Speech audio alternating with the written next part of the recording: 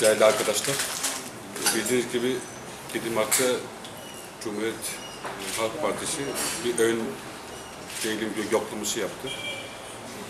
Bu ön eğilim yoklamasıyla milletvekili adaylık çağrılmasının yapıldı ve hepimize hayırlı uğurlu olsun diyorum.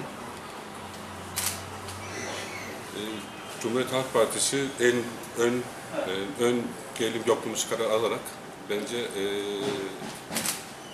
çok doğru bir karar verdiğini tekrar ortaya çıkardı.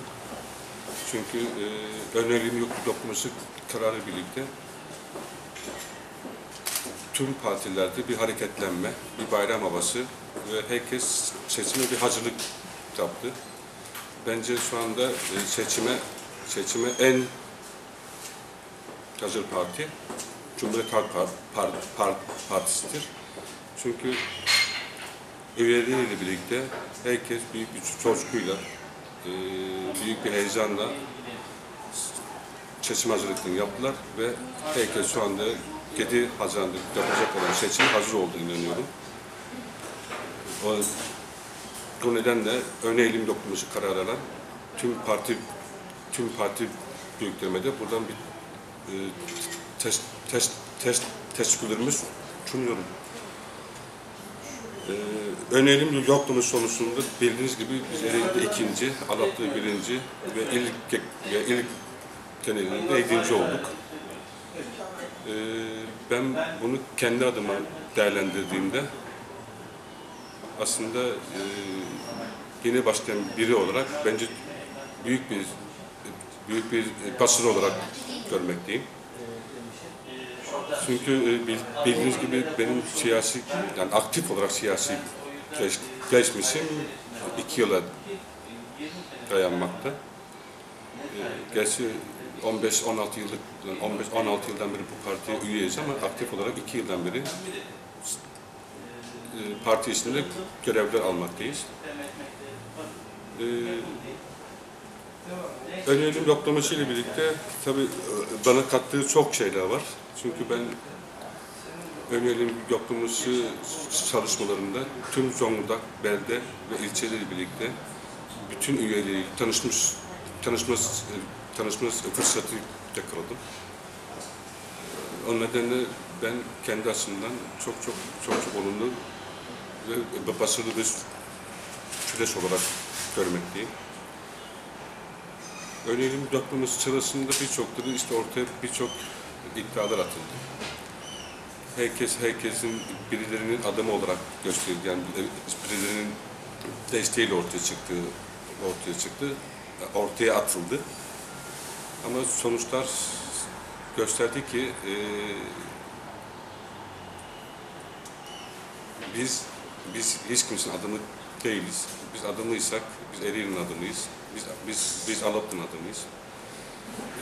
Ve hiç kimseyle yani en baştan yaptığımız bir görüşmede de biz Ereğli aleyhine olan bütün ittifaklara kapalı olacağımızı söylemiştik ve Ereğli aleyhine olan bütün ittifaklara da kapalı kaldık.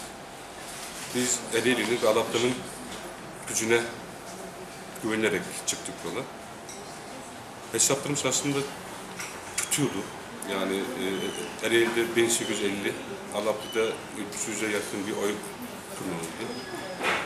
Her iki oyların toplamı şu anda bize 2. sıra, hatta 1. sırayı bile getirme imkanı varken maalesef bu olmadı. İnşallah bir dahaki sefere değerlendirirler. Ben buradan bana destek veren ve vermeyen tüm partilerimize teşekkür etmek istiyorum.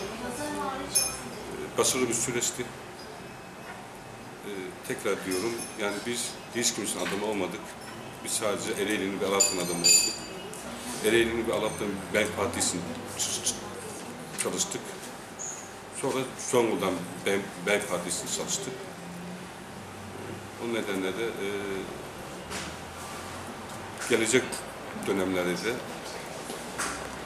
partimizin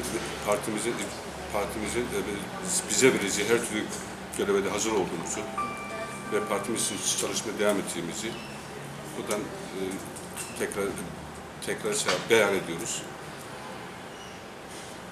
Herkese çok teşekkür ediyorum. Oy veren ve vermeyen tüm partilerimizi de buradan selamlıyorum. Sağ olun. Bence ya birçok hazırlıksızlık ya da diğer adaylar bizden daha iyi çalıştı. Yani biraz da öz eleştirilik yapmak gerekiyor. Ben önümüzde çok az bir süre vardı. Yani biz ortalama bir 15-20 günlük süreçte ancak çalışabildik. Çünkü o arada Ereğli'de tartışma olan kontenjan ve ön eğilim yoklamasına katılma tartışması vardı. Fakat biz Tarsus ekibimizden bir değerlendirme yaparak tek bir oy bile alsak sandığa girip sandıktan çıkmak istedik. Aslında hesapta dediğim gibi yani tutuyordu. Yani 1850 oy Ereğli'de oy kullanıldı. 280 oy falan Alaplı'da kullanıldı. Topladığımızda 2300 desek 2150 oy yapıyor. 2150 oy da şu anda ikiniz almak için yeterliydi. Yani biz aslında hesabımızı doğru yapmıştık. Fakat tabii hesaplarımız tutmadı. Diğer adaylar bence belki daha iyi çalıştılar. Biz biraz da eksik kaldık. Kendimizi ifade edemedik herhalde. Bundan sonraki süreçte daha iyi çalışıp, kendimizi daha iyi bir ifade edip, hesapları daha şeffaf bir şekilde ortaya koyup anlatmak gerekiyor. Kontenjanla ilgili bir değerlendirme yapmak ister misiniz? Muhtemel ya da tahmin gibi. Şimdi sıralamaya baktığımızda, yani hatta ilk 4'te Ereğli aday yok. Ereğli ve Alaplı'nın bir aday yok. Böyle bir durumda genel merkezin kontenjan adayını Ereğli'den yana kullanacağına inanıyorum. Çünkü olması da gerekiyor. Partimizin bu ilde birinci parti olarak sırtması için Ereğli yadsınamaz. Ereğli çünkü şu anda Zonguldak'ın en büyük ilçesi. O nedenle ikinci sırayı kontenjan hakkında Ereğli'den yana kullanacağına inanıyorum. Buradan Alaplı'yı çok Alaplı'daki partilerimize çok teşekkür etmek istiyorum. Çünkü Alaplı gerçekten evlatına sahip çıktı. Evet bizim köyümüz Alaplı dedikleri oturuyoruz. Ama yıllarca Ereğli'de oturduk ve biz Ereğli'de ekmek yedik. Yani biz kendimize hiçbir zaman Alaplı dediğini ortaya atmadık. Ereğli dedik, Alaplı dedik. Çünkü arada hiçbir ayrım görmedik.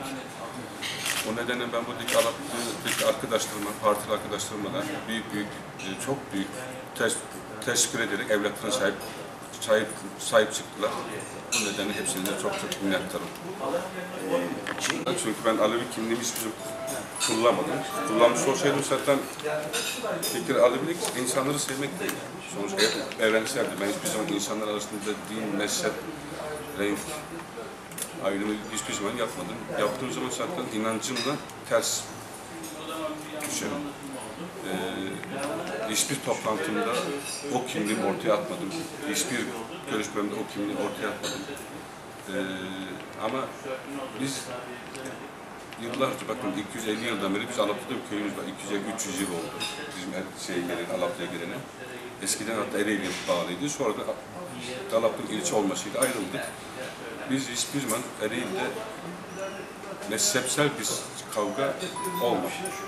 Kimse mezhepsel bir kavga içine girmedi. Ben en azından o dönemde hiç şahit olmadım. Bilmiyorum siz geçmiş dönemlerde de şahit oldunuz mu? Ben tarihten de çok mutluyum. Biz Ereğli'de huzur, barış ve kardeşlik duygularıyla birlikte yaşadık yıllarca. Bu nedenle o kimliği ben hiç kullanmadım ve kullanmak da asla istemem.